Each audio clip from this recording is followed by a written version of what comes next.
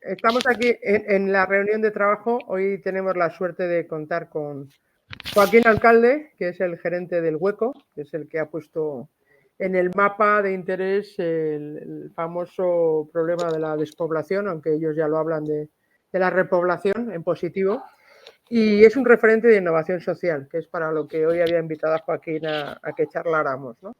Porque se habla mucho de innovación social, ahora todo el mundo se sube al carro de la innovación social, pero creo que hace falta explicar un poco de qué estamos hablando, ¿no, Joaquín? O sea, que gracias por dejarte conectar aquí y poder seguir construyendo en conceptos que creemos de futuro, ¿no? ¿Qué es para ti la innovación social, Joaquín?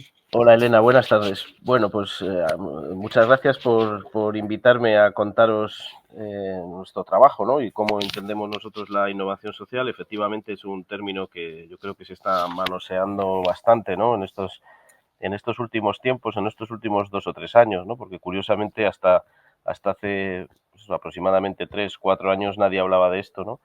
Pero creo que es un término importantísimo y más en el momento en el que nos encontramos, ¿no? Nosotros en el Hueco entendemos la innovación social, bueno, pues un poco en la misma línea que lo define la Unión Europea, ¿no? La innovación social no es otra cosa que buscar soluciones diferentes e innovadoras a los viejos problemas de siempre, ¿no?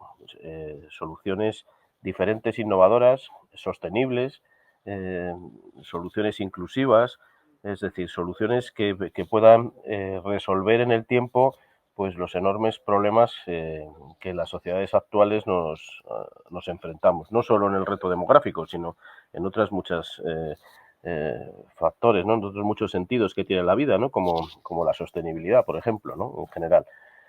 Y entonces esa es la innovación social, es decir, buscarle la solución a las cosas partiendo de los errores que hemos cometido y desde luego pues avanzando sobre las otras soluciones que hemos tenido hasta ahora y que en muchos casos pues se ha visto que no son las soluciones adecuadas porque no han resuelto el problema, ¿no? Pero ahí se añade al concepto de innovación, que efectivamente entraña todo lo que has comentado, se añade el calificativo, que no creo que sea solo calificativo, sino que es sustantivo, de social, ¿no? Digamos que tiene que ver quizá más con el método, aparte del impacto que se persigue, ¿no? Que a mí me has comentado alguna vez, pues es como el cemento, ¿no? De las grietas que deja la política o el estado del bienestar en caso de nuestras sociedades.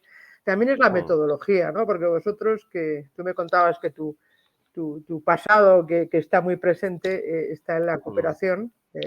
Sí. Parte de una metodología, una manera de enfocar los problemas también, ¿no? Distinta que lo que puede ser una innovación industrial, suponte, ¿no? Efectivamente, son metodologías que vienen de abajo arriba, ¿no? Pues nosotros pensamos que las soluciones de verdad que resuelven problemas son las soluciones que parten de abajo, ¿no? Las soluciones que parten de la gente, ¿no? Que tienen en cuenta los problemas sociales y que son iniciativas que surgen de la sociedad, ¿no? Si echamos un poco la vista atrás, yo diría que después de la Segunda Guerra Mundial, cuando empieza a reordenarse el mundo y empezamos a buscar pues un sistema político en el que vivir, ¿no? Y empieza a hablarse del famoso estado del bienestar, que dicho sea de paso era muy innovador, ¿no? Porque tomaba elementos interesantes ya no solo de las políticas europeas que se estaban desarrollando entonces o hasta ahora, ¿no? De los aliados, de los ganadores, ¿no? Sino que también se tomaron pues algunos ejemplos o algunas políticas que habían funcionado en el otro bloque. Yo creo que el estado de bienestar posiblemente ha sido uno de los grandes avances de la humanidad, pero efectivamente, como decías tú antes, tiene grietas, ¿no? Entonces, eso lo hemos visto. Cuando se tensionan las cosas, ¿no? Cuando, por los motivos que sea, por motivos muy diversos, ¿no? El estado del bienestar no da respuesta a las necesidades que tiene la gente, pues hay que buscar esas soluciones, ¿no? Y ahí es donde entra directamente la innovación social. La innovación social busca, sobre todo, generar un impacto social positivo, vuelvo a repetir, ¿no? Resolver problemas reales que tiene la gente todos los días, ¿no? La vivienda, la movilidad, la educación, el envejecimiento, etcétera. Desde una visión práctica y realista, ¿no? De negocio, lógicamente Creo que a estas alturas todos tenemos muy claro que eh, aquellas empresas o aquellos proyectos que no son sostenibles económicamente, ya no hablo de la triple sostenibilidad, sino simplemente de la sostenibilidad económica, ¿no? Aquellos proyectos que no son sostenibles económicamente, pues no son válidos, ¿no?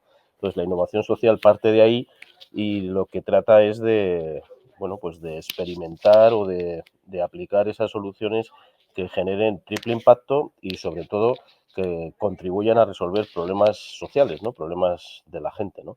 Con una amplitud, con unas bases muy amplias, ¿no?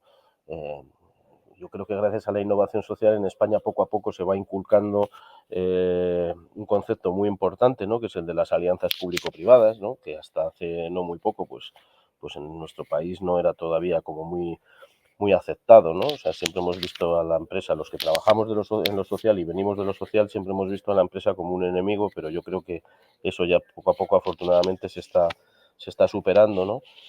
Las empresas en todos sus ámbitos, sean sociales o no, tienen que tener una responsabilidad social y las empresas tienen que contribuir con su actividad eh, a resolver esos problemas, ¿no? No es un postureo, no es una cuestión de marketing, sino que yo creo que la mayor parte de las empresas ya lo han interiorizado y tengo amigas, ¿no? Amigos que dicen que las empresas de este siglo o serán sociales o no lo serán, ¿no? Entonces yo creo que va un poco el tema por ahí, ¿no? O sea, tener una actividad económica y una actividad económica, lógicamente, que genere riqueza, pero en este caso de la innovación social, sobre todo que genere impacto, ¿no? O sea, y que podamos medir con otras métricas, que creo que ese es, lo hemos hablado tú y yo muchas veces, ¿no? Creo que ese es uno de los capítulos pendientes que tenemos en este país, ¿no? En tratar de inventar unas métricas sociales que no midan solo el retorno económico y el beneficio económico financiero, sino que también sepan medir ese beneficio social que en muchos casos estas actividades innovadoras o estos proyectos de innovación social también puedan generar. Está muy bien, porque efectivamente yo creo que hay que encontrar, ya sabes que en Relatia nos proponemos pensar, sumar para actuar. O sea, yo creo que efectivamente hay que encontrarse, hay que buscar nuevas fórmulas, decías que de abajo arriba, pero claramente buscando el encuentro para que todos, digamos, converjan y actuemos con ese impacto que a veces es muy limitado, ¿no? Cuando se intenta hacer de una manera muy parcial o incluso a la contra, ¿no? Que también ha pasado en Sí. algunas ocasiones, ¿no? ¿Qué echas en falta cuando estamos aquí analizando, qué echas en falta, digamos, en nuestro ordenamiento o en nuestra sociedad en su conjunto para impulsar este tipo de alianzas público-privadas y, digamos, empresariales y de tercer sector? ¿Qué es lo que echas en falta? Bueno, yo creo que en España nos falta un poco de mentalidad, ¿no? En este sentido. Yo creo que hemos sido de los últimos países, ¿no? En llegar a este movimiento de la innovación social. Ahí es multifactorial, ahí hay un problema multifactorial. O sea, realmente nosotros en estos últimos 30 y tantos años hemos tenido un estado de bienestar en España que se ocupaba de todo y a nadie se ha preocupado por resolver esas pequeñas cosillas, ¿no? Esas pequeñas grietas, esos hilillos, ¿no? De plastilina que decía aquel. Nadie se ha ocupado en resolver eso. Por otro lado, yo creo que España tenemos una mentalidad muy acomodaticia, ¿no? En ese sentido, ¿no? Siempre esperamos que sea el Papa Estado, ¿no? El que venga a resolvernos los problemas, ¿no? Y que no está mal, ¿no? Siempre que el Papa Estado pueda, ¿no? Pero hay momentos en los que quizás las circunstancias son más difíciles. Desde el punto de vista más práctico, lo que nos falta básicamente en España es una legislación adecuada para que el sector de la innovación social y del emprendimiento social crezca, ¿no? Yo creo que somos el único país de la Europa más desarrollada, del grupo de países más desarrollados de Europa, que no tenemos una legislación sobre innovación social y sobre emprendimiento social en el sentido más amplio, ¿eh? O sea, cuando digo esto hay algunas personas que dicen, no, si leyes de economía social ya tenemos. Claro que tenemos leyes de economía social que son las que sustentan un sector fuerte, ¿no? Pues como el de las cooperativas, el de las empresas de inserción, el de los centros especiales de empleo, etcétera. Pero no estamos hablando de eso, estamos hablando de ir más lejos, ¿no? Estamos hablando de empresas que operen en el mercado en una situación muy similar o con unas normas del juego muy similares a las que tiene cualquier empresa mercantil, pero que sobre todo genere ese impacto y que de algún modo se le reconozca a esas empresas ese objetivo social, ¿no? Y, por ejemplo, en el Reino Unido desde hace ya muchos años eh, hay sistemas de indicadores, ¿no?, de medición de impacto que miden la capacidad para alcanzar estos objetivos de empresas sociales, y la administración británica tiene un sistema para compensar, ¿no?, aquellos indicadores sociales que genera una empresa, ¿no? En España no es que no lo tengamos, es que estamos años luz de eso, ¿no? Entonces yo creo que tendríamos que trabajar en ese marco legal, tendríamos que trabajar en un sistema de indicadores, ¿no?, para las empresas sociales y para los proyectos de innovación social. Tendríamos que trabajar también dijéramos, en una definición de unas sociedades mercantiles específicas, ¿no?, para este tipo de empresas que tienen un objetivo social, ¿no? Hace años ya se habló en España e incluso se llegó a presentar un borrador en el Congreso, ¿no?, sobre las sociedades limitadas de interés general, ¿no? Yo creo que deberíamos recuperar eso, ¿no? Deberíamos tratar de fijarnos un poco en algunas legislaciones, como puede ser la británica, incluso la alemana, ¿no?, en que tienen reconocidas a estas empresas.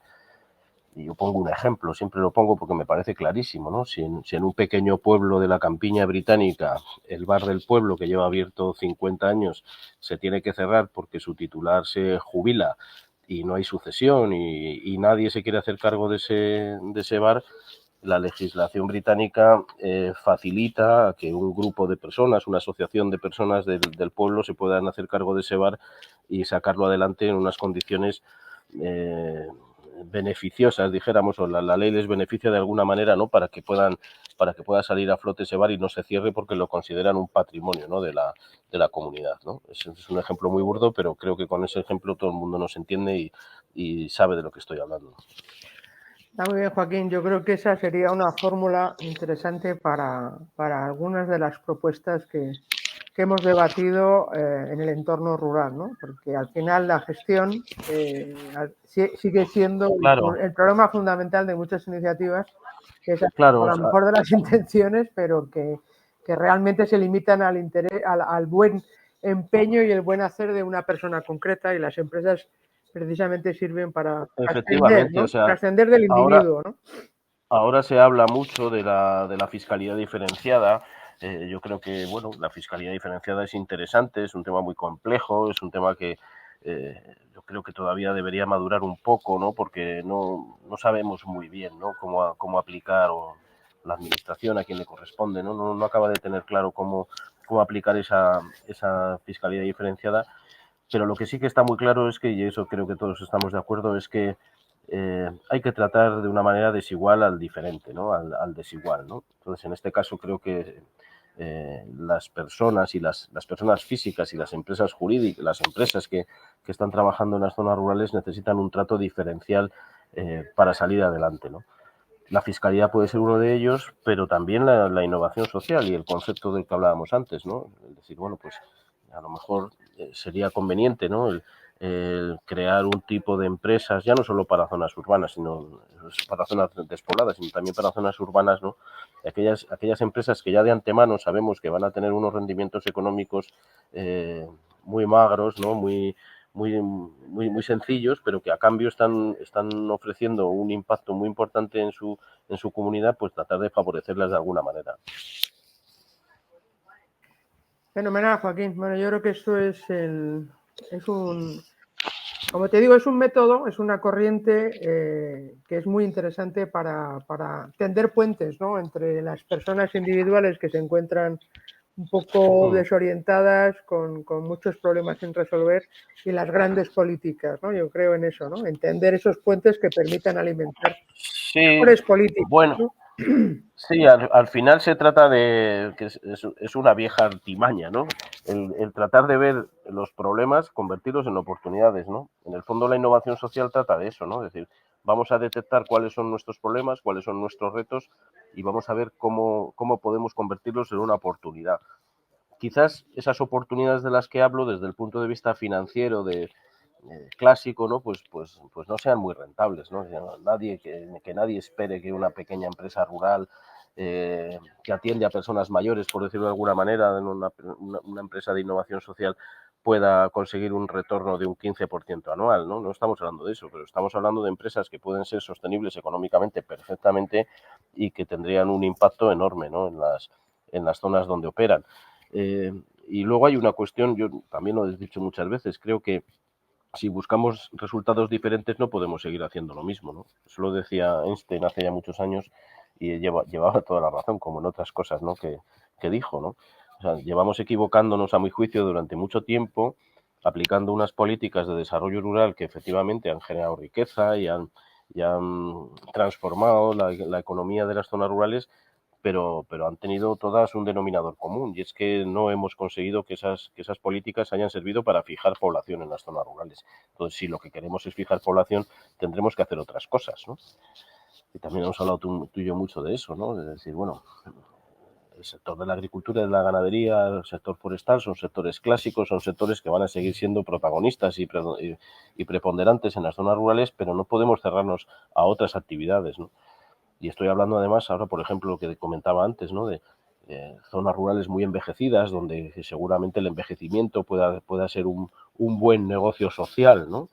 El envejecimiento, la energía, las comunidades energéticas, la vivienda, tenemos que transformar la vivienda, incluso yo diría que tenemos que transformar el modo de vivir, ¿no? El sistema de propiedad de las viviendas, etcétera, etcétera, ¿no? Entonces ahí hay un yacimiento que en otros países europeos ya lo han visto desde hace tiempo y son un buen ejemplo. Podemos echar la vista a los países nórdicos, Reino Unido, Francia, Alemania incluso, ¿no? Y ver proyectos de estos que a nosotros ahora mismo nos parecen casi inalcanzables, ¿no? Proyectos muy innovadores que allí están funcionando. Entonces creo que dentro de esa caja de herramientas, ¿no? Que deben tener la administración y la sociedad civil, ¿no? Y los agentes sociales, ¿no? Para atacar el problema de la despoblación, en esa caja de herramientas la innovación social para mí es importantísimo. O sea, es una de las herramientas, es la llave inglesa de todo esto, ¿no? Me ha gustado mucho lo de la llave inglesa, es muy expresivo. Al final, vamos, yo sí que lo veo como eso, como una metodología, ¿no? Yo lo veo como una manera de, si quieres, un nuevo Sí, liderazgo en el que no puedes sí. imponer soluciones teóricas por muy brillantes que te parezcan, si al final no están Nosotros, aterrizadas y no, compradas, si quieres, incluso. no te he contestado, ahora me viene a la cabeza, no te he contestado completamente a la primera pregunta que me hacías, pero nosotros como organización, todo lo que hemos aprendido a lo largo de más de 30 años que llevamos trabajando y que estamos aplicando en gran medida en este trabajo, en este programa que tenemos en el Hueco, ¿no? Sobre innovación social y de población, lo hemos aprendido en cooperación internacional, en cooperación al desarrollo, ¿no? O sea, trabajando en países donde el estado del bienestar no existe y donde la ciudadanía, la sociedad civil, se tiene que buscar la vida pues para resolver sus problemas. Y ahí hemos aprendido mucho y eso ha sido un banco de conocimiento durante 25 años, ¿no? Y hemos visto que hay un gran número de cosas, ¿no? Y de problemas que se pueden resolver desde la iniciativa privada o desde la iniciativa social y que no debemos cerrarnos a eso, ¿no? No, es que estaba escuchándote y efectivamente yo creo, y lo has dicho antes, con el cambio de mentalidad de la sociedad, que nos hemos acomodado, bueno, tú y yo no precisamente, pero vamos, como sociedad nos hemos acomodado mucho a que viene el papá Estado y tiene que resolver los problemas, y eso lo Claro, que ha producido también es un alejamiento, ¿no? Y eso es lo que ahora sí, estamos sufriendo. Hablabas del origen de la innovación social y yo creo que estamos en un momento refundacional del estado de sí. bienestar con estos, ¿no? Desde la geopolítica nos están forzando a redefinir qué es de verdad el modelo europeo, por ponerlo como referente en el que creemos, y eso nos lleva a una revisión de lo esencial, ¿no? Y yo creo que para eso hay que retomar el pulso con la realidad y tomar el pulso con las personas, ¿no? En qué medida Sí, estamos respondiendo a los problemas o somos capaces de realmente. yo leía no hace mucho, ¿no? Un balance sobre lo que ha pasado en Francia, ¿no? En estas últimas Elecciones. elecciones, ¿no? Y hacían un análisis, pues, sobre todo social, ¿no? De cuál era la realidad social de Francia, y había algunas cosas que decían ese reportaje que leí que me parecen muy interesantes, ¿no? Y una de ellas es que decía que la gente, tanto los que votan a la extrema derecha, por decirlo de alguna manera, como los que votan a la extrema izquierda, es decir, los que no están en el centro de la campana de Gauss, que cada vez son más, ¿no? Los que están en los costados de la campana, pues decían que lo que sentían es que nadie les escuchaba, ¿no? Que nadie empatizaba con ellos, que nadie les preguntaba lo que querían. Yo creo que un poco las cosas van por ahí, ¿no? Yo creo que el Estado, ¿no? Desde el punto de vista más abstracto, tiene que conectar de nuevo con los ciudadanos y sobre todo conectar desde un punto de vista activo, ¿no? Es decir, que el Estado active a la gente y que la gente haga cosas por sí misma sin esperar a que venga el Estado a resolverle el problema, ¿no? Y esto no quiero que se vea como una forma de pensar más liberal o menos liberal. Yo creo que es necesario, o sea, seas liberal o no seas liberal, ¿no? Es necesario que la gente haga cosas por sí misma y que no espere a que venga nadie a resolverle los problemas, ¿no? Y se demuestra, como decía antes, se demuestra simplemente dando un paseo por Europa y conociendo lo que han hecho otros países bastante antes que nosotros, ¿no? Muy bien, Joaquín, pues ha sido un placer, como siempre, charlar contigo. Creo que este acercamiento a lo que es la innovación social como un método de definición de oportunidades donde hay problemas, que va de abajo arriba, que promueve la alianza público-privada, que permite ese encuentro para sumar, requiere esa mentalidad que decías activa, sin duda. Creo que la legislación puede ayudar para efectivamente favorecer ese tipo de comportamientos constructivos y activos. Y el otro elemento que me quería quedar y que efectivamente tenemos algún proyecto en común, y ya los iremos contando, que es el de las métricas, ¿no? Yo creo que la métrica es importante, que seamos capaces de recoger aquellos impactos o aquella realidad en la que impactamos para efectivamente ser capaces de mostrar una transformación posible, viable y extrapolable, ¿no? A otros ámbitos. O sea, yo creo que ahí hay una agenda interesante de la que espero que podamos comentar más veces y a la que te invitamos a participar activamente, aportando esas experiencias tuyas, personales de tus etapas anteriores, también de las actuales, y de ese aprendizaje también de lo que han hecho otros países que han sido exitosos en esa implicación, ¿no? De las personas en la transformación de sus comunidades, ¿no? Que yo diría que Bueno, ¿eh? yo Sí, si me por favor. permites 2 minutos, ¿no? Claro. A mí me gustaría agradecerte, ¿no? Que una mujer con la trayectoria como la que tú tienes, ¿no? Y una mujer bueno, que tiene una visión panorámica enorme, ¿no? De nuestro país, ¿no? Y de lo que está sucediendo y que incluso eres una persona que puede intuir lo que nos puede pasar en el futuro más cercano, pues se implique en un reto, ¿no? Como este que tenemos, ¿no? Como el reto demográfico. Yo creo que eres una persona bienvenida, ¿no? En este sector, porque nos puedes ayudar primero bueno, a generar ese relato, ¿no? Que en el fondo también es uno de las estrategias fundamentales de Relatia, ¿no? Generar un relato positivo, ¿no? Un relato inclusivo, un relato que no se quede solo en los tópicos, ¿no? Sino que vaya un poco más allá, ¿no? Que nos hagamos preguntas complicadas incluso, ¿no? Eh, Eso en primer lugar. Yo creo que está muy bien que personas como tú se incorporen en este asunto, porque además nos va a permitir el pasar de las busas al teatro, ¿no? O sea, que es lo que necesitamos en este momento. O sea, ya hemos hablado mucho sobre el el problema demográfico. Creo que el diagnóstico está perfectamente definido desde hace años y lo que nos hace falta ahora es pasar a la acción. Y para pasar a la acción hay que arriesgar, hay que innovar, hay que desarrollar proyectos innovadores, que creo que esa es una de las grandes asignaturas pendientes, ¿no? Que tenemos en España, ¿no? Considerar la innovación social como una parte muy importante de la innovación, ¿no? También me has oído decir alguna vez que la innovación no es solo innovación tecnológica, sino yo diría que es mucho más importante que la innovación tecnológica, es la innovación social, ¿no? De hecho, fíjate, ahora que se habla tanto de la despoblación y surgen un montón de iniciativas y con muy buena voluntad todas, ¿no? Eso no lo dudo, ¿no? y que tenemos la tecnología a nuestro servicio, yo diría que precisamente no sabemos cómo utilizar la tecnología en la innovación social. O sea, aunque pueda parecer un juego de palabras, ¿no? O sea, es complicado, ¿no? O sea, hacemos muchas cosas, se nos ocurren, tenemos muchas ocurrencias también, ¿no? Se nos ocurren muchas cosas a todos y con la mejor voluntad. Pero creo que tenemos una herramienta maravillosa que es la innovación tecnológica, la tecnología, que no la estamos sabiendo aplicar en la innovación social. Y yo creo que ahí tú y tu equipo y tu proyecto que estás poniendo en marcha es fundamental, ¿no? El ayudarnos a los que venimos de lo social y que no sabemos hacer otra cosa que trabajar con la gente, ¿no? Para acoplarnos, ¿no? a esa innovación tecnológica y a ese nuevo mundo que nos viene.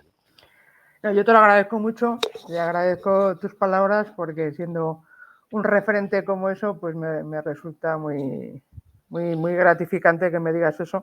Claramente se trata de eso, de sumar, ¿no? De sumar y yo creo que el pegamento que nos une es un propósito, ¿no? Esto es porque queremos mejorar las cosas y realmente vemos problemas que merece la pena solucionar. Y ahí creo que es donde podemos efectivamente coger, como decías, esa caja de herramientas en la que incorporemos con la llave inglesa de la innovación social, incorporar otro tipo de herramientas que nos permitan hacer más sólida y más sostenible la solución que entre todos construyamos, ¿no? Yo creo que ese es el proyecto que a mí me motiva, me inspira.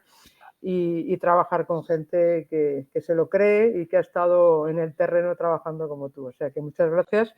Y cogemos el guante desde Relatia, ya lo sabes que estamos trabajando en eso y espero que podamos ir contando cosas interesantes que animen a muchos a arrimar el hombro y a aportar su visión y sus ideas a ese propósito. Tenemos que conseguir, Elena, que pues entre el Hueco, Relatia y otras entidades y otras personas que seguro que nos van a ayudar, ¿no? en corto espacio de tiempo, tenemos que conseguir que el ecosistema de la innovación social y aplicada, ¿no? a la repoblación rural de verdad se lo tomen en serio. Necesitamos, incluso tú y yo lo hemos hablado alguna vez, ¿no? Necesitamos hacer incidencia política, necesitamos que los políticos nos escuchen, que nos tomen en cuenta, que poco a poco esas políticas, esas nuevas políticas que se tienen que desplegar, ¿no? tengan en cuenta la innovación social, porque no hace daño a nadie. Yo siempre lo digo, esto no le hace daño a nadie. Y luego yo creo que es que en la situación en la que estamos, que ha venido acelerada, ¿no? por muchos factores, o sea, el COVID aceleró mucho esa vuelta a lo rural, ¿no? Aunque ahora parece que todo se ha calmado un poco, ¿no? Pero la tendencia sigue ahí, ¿no? La guerra nos está obligando a alcanzar una sostenibilidad por la vía rápida, ¿no? Por todos los problemas que tenemos energéticos, financieros, económicos, etcétera. Entonces, tenemos que aprovechar esa coyuntura, esa ventana de oportunidad, pues para tratar de sumar, para tratar de agregar a este movimiento a todas aquellas personas y entidades que verdaderamente crean que es posible ese cambio. Yo estoy absolutamente que es posible, estoy convencido de que es posible ese cambio, si no estaría trabajando en esto, lo tengo muy claro. Y bueno, y entre todos, aparte del optimismo y todo eso que ya lo tenemos que pasar a la acción, ¿no? Conseguir hacer cosas verdaderamente reales y potentes que demuestren que esto sirve, ¿no? Pues ahí nos van a encontrar, ¿no? Actuando y todos serán bienvenidos si comparten ese propósito común. Bueno, muy bien, Joaquín, muchísimas gracias.